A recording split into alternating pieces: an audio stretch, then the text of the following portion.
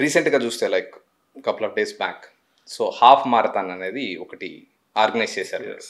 ఓకేనా, almost like యూజువల్గా అయితే సిటీస్లో బాగా కనిపిస్తుంటాయి మారథాన్స్. వరంగల్లో టౌన్లో ఇంత బిగ్ స్కేల్లో మారథాన్ను అంటే ఆర్గనైజ్ చేయడం ఇదే నాకు తెలిసి మొట్టమొదటిసారి ఇంత huge నంబర్స్లో. 21K I guess, 10K కూడా 21K. ఈ ఐడియా ఎలా వచ్చింది?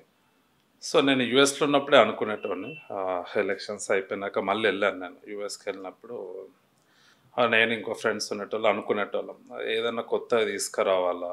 ఎందుకంటే అక్కడ నేను చూసినప్పుడు ఎప్పుడు చూసినా ఈ రాజకీయాలని లేదంటే ఫ్రెండ్షిప్ లెవెల్ అనేది తగ్గిపోయింది. కానీ ఎడ్యుకేషన్ హబ్ అనేది హన్మకొండ ఉండే, ప్లస్ ఒక హెరిటేజ్ సిటీ అది. నేను చిన్నప్పటి నుంచి కూడా అందరం చదువుకున్న వరంగల్ చరిత్ర గురించి అదంతా. సో అట్లాంటి సిటీలో సెకండ్ క్యాపిటల్ అన్న సిటీలో ఇప్పటివరకు ఇట్లాంటి మ్యారథాన్స్ కానీ లేదా సైకిల్తో ఇట్లాంటివి ఏవి కాలేదు.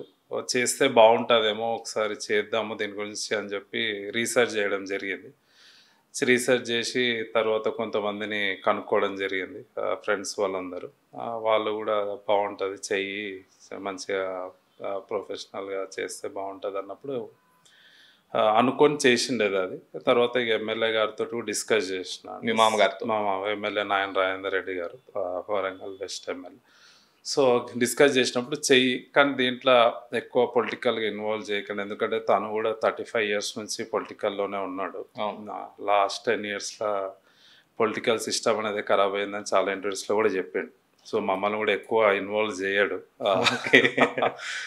సో అందుకని చెప్పేసి దీన్ని ప్రొఫెషనల్ నాన్ పొలిటికల్ రన్గానే దీన్ని చేయడం జరిగింది. అందుకని ఫస్ట్ అందరినీ గవర్నమెంట్లో ఉన్న ప్రోటోకాల్స్ వాళ్ళనే కలవడం జరిగింది.